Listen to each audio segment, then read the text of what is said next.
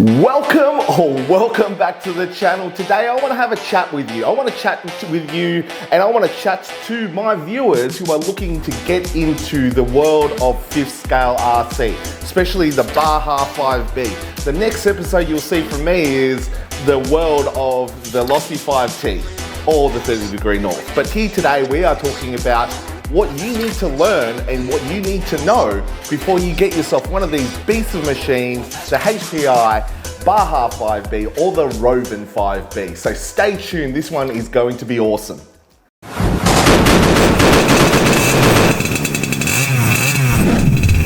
So I'll hop straight into it. The first thing you need to learn, I've got my notes right in front of me, so if you see me fiddling around here with my phone, I've got them right here because I don't want to forget, is to Loctite everything. Now, Loctite everything. When I say Loctite everything, I need you to Loctite everything what's on metal on metal. That's the word of thumb. Metal on metal, things will vibrate off. Now these things are known to vibrate. It is a two-stroke. They will vibrate. Now I don't want you to go too crazy on the Loctites. Make sure you get a quality Loctite. Get the blue Loctite. The red one, you won't be able to get it off in the future. So the blue one is moderate. It's great. It's probably the best Loctite that you can get. You can get them at your local hardware store or your local hobby store. Works out to be about, I don't know, $3 Australian, best investment that you're gonna have.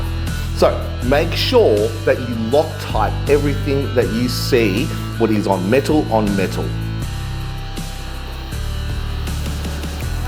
The next tip I'm gonna give you, and like it's more of a generic, genetic thing, is that if you've got small dainty fingers like me, you're actually gonna perform really well in this hobby. Oh my gosh, like if I didn't have small dainty Filipino fingers that I've got, I would be cutting them off right now because everything is tiny. Things are tiny, things are places what you need to get into are tiny.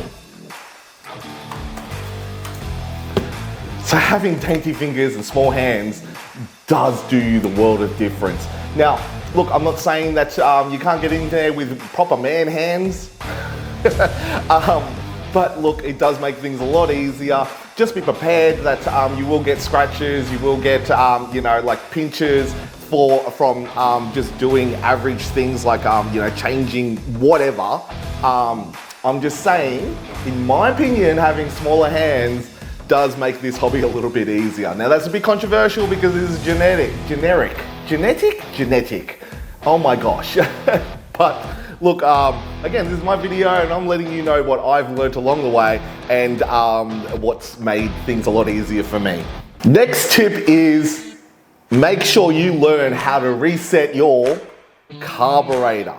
Now, I'll put a link in the description below what you need to learn, how many turns you need to do for the high and low pins, to make sure that you know how to reset it, because my honest opinion is that you need to reset this to factory every time you take it out and tweak it as you go. Because the littlest thing here, in Australia it gets scorching hot, it gets stupid humid, it's rainy, like everywhere around the world. But like this all affects the performance and the power of your machine, especially with the two strokes here. So I will put a link in the description below what you need to do to be able to make sure that you know how to reset your carburetor to its factory settings and tweak it, just give it a little tweak.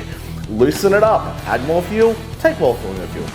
If you want to add more fuel, lefty-loosey, righty-tighty. Next thing I learned along the way is finding quality parts is getting harder for this hobby. Now, when I first started in this hobby quite some time ago, but I got fully serious into this about a year ago when my wife bought me this baby off Facebook Marketplace, is that things are getting a little bit harder to find. Now, you've got your average places like Alibaba, eBay, Amazon that you can get some good parts from, but most of them are from China. So please make sure that you read the reviews and make sure you're buying quality parts, because the last thing you want to do is to break something when you've spent all this money on. Now, I'm not saying go out there and buy all Taylor RC's parts and all alloy parts. It's more trial and error.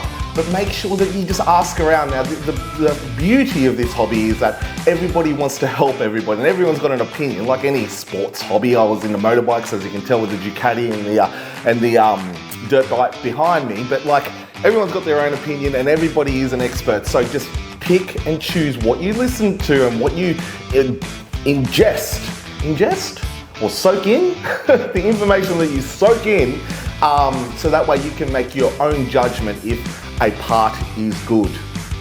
This one's a little funny. Now, when I first started off in this hobby, I was chasing power. I wanted power. I wanted to go fast. I wanted to go in a straight line and fast. And I wanted to break all land speed records. Now, you can get these gimmicky parts. Now, I'm a sucker for gimmicky parts. I love being able to, you know, like look at parts and find out different ways what they can increase the performance of your vehicle. Now, there is this part here. It's a supercharger. I know, it's weird. You don't need it. It doesn't do anything. You can read the comments, you can read in the forums. In my honest opinion, it doesn't do anything. I spent the money on it. That's how I know. I put it on this sucker here and it didn't work well at all. It was really, really dumb. Now, you don't need a supercharger. You don't need anything of these gimmicky stuff here. Now you can get NOS kits for these as well. NOS kits are relatively available. I personally haven't had or done anything with a NOS kit on any of my vehicles, but in my honest opinion, I don't think they will be working as much. They work as they do in cars. This is a 2-stroke motor. May increase the horsepower a little bit, but I could be wrong. Write down in the comments if you've had your own experience with it, but my honest opinion at this stage is that I don't think they'll work. But hey, look, if somebody wants to send me out one to trial, I don't think I'll be spending my own money in purchasing one, but like if you want me to trial one, hit me up in the comments. More than happy to do so for you. Speaking of power, now, again, I love power. I love being able to go fast. The best and only ways you can increase your power is through gearing these suckers here. Now, rule of thumb is that the bigger this little one is, the faster you'll go, your acceleration. Oh, sorry. The smaller this little thing is, the faster your acceleration will be. The larger it is, the faster your overall. So the longer, like the top end, will go faster. Now, I'm sorry if I haven't explained that right. I do my takes the one time because I can be bothered editing. But like, but from my opinion and my experience, is that gearing is probably the only way you can increase the power. Plus, you can do other things. You can mod up your motor. I run my 32 cc Zenoas, and you can bore them out. That's a different level to where I'm at right now, but there's something that I am going to try in the future. And well, what else can you do to increase power? The most important thing is get yourself a beautiful pipe. Now, everybody knows I am a fanboy of Ultimate pipes. They are built, handmade by Simon in South Australia. Like, you are spending a bit of money, but if you want absolute power from your vehicle, go get yourself one of these sexy pipes. You will see that I've got Ultimate pipes on all my vehicles. So, because they do their job. You want to increase power, you want to increase the overall performance of your vehicle. You got to get a really, really nice pipe. Now, Ultimate pipe here, I have got the Jet Pro double twin pipe on this one here. I will be changing this to the Ultimate pipe. I do like the Jet Pro pipe that I've got here, but to be honest with you, I will never get away or never use anything else but an Ultimate. I just really like the aesthetics of it. Write down, give me a like in the comments if you agree with me. Another thing you need to know is that please make sure you get yourself a nice air filter. An air filter will increase your performance as well. You can get a velocity stack. Basically, it extends from your carburetor. I'll put a picture here. of what that looks like. You can pick them up on eBay pretty cheap as well, and get yourself a really nice air filter. Now I have modded this up. This looks like a really phallic mushroom type of looking thing here that I've invented, but I've tried to take it away from the motor itself. Try to really put as much clean air into the motor, thus increasing performance. Look, I've had in comments below that it won't increase anything, like the crazy stew intakes, but I've kind of felt it. I felt, even if it's minute, it's something, and it was cheap too. So write down in the comments if you've got any other mods or tips. But if you haven't done so, I will put, watch this video here where I install a crazy stew, cheaper Temu version that I've created, and for really a fraction of the price. Now, look, as you can tell, I do try to get the best of the best. I've got carbon fiber bits here, got carbon fiber chassis, I've got carbon fiber arms, I've got carbon fiber everything. I do try to paint them and try to make them my own vehicles. I just really would like everybody, if you are getting into this hobby, to make your vehicles your own. Change them up. Nothing's wrong with the stock look of them, but like, don't be afraid to add a little splash of color, change the body a little bit. I've got a lot of tutorials on this channel that you can have look back on and do everything yourself as well.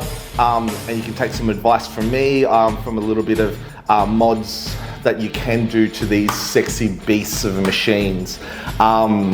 So yeah, if you're wondering how much all these vehicles, or these two vehicles, costs me, I did buy them cheap off Facebook Marketplace. I have done them up significantly. You probably wouldn't be able to notice them if I put the old version and them now right next to each other.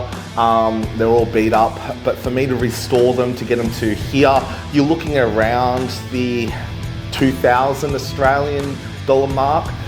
Getting new bits and pieces. The main thing is that make sure that your motor works. That's your power plant. That's what you really need to work. So you can have some fun with it right at the start, and then you can go from there. But don't be afraid to bash these things around, because they are built to bash around. I've gone and met with a lot of people who were kind of scared, and I am too, of thrashing around too much because they're scared of breaking things, and they have to go out and buy the most expensive, the original, HPI parts. Rovan is as good. Hobbies Directs do a lot of things. I buy a lot of things from Baja Spares as well. Predator RC in Australia, you get some really good quality parts from them. So shout out to all those three places where I personally go, and you won't get ripped off because there's a lot of scams out there on Facebook Marketplace as well.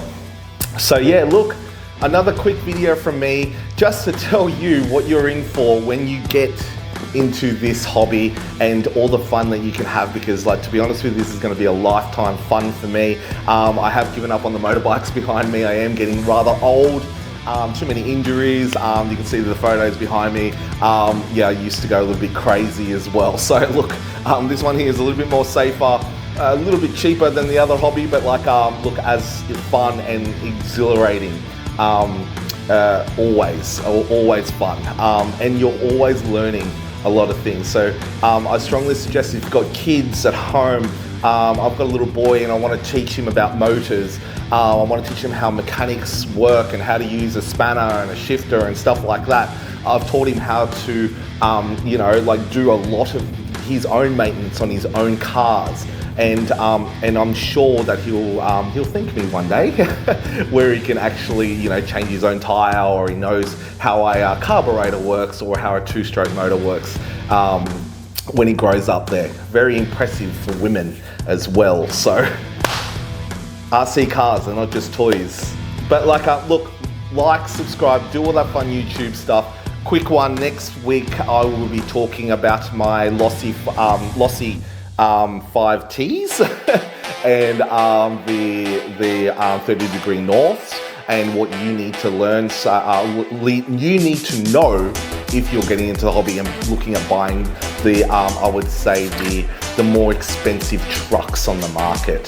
So yeah, please like, subscribe, do all that fun YouTube stuff. Write down in the comments below, like if you've got any other tips or if anybody should know something that you think is relevant before they get into the hobby. Let us know about your experiences. Let us know about what the things that you hate. Actually, that's a really good video. Things I hate about this hobby. Stay tuned for that one. About the hobby, and yeah, we can go from there. But look, again, thank you very much. I'll see you big, beautiful bastards next week. This is Seaman out. Talk to you soon.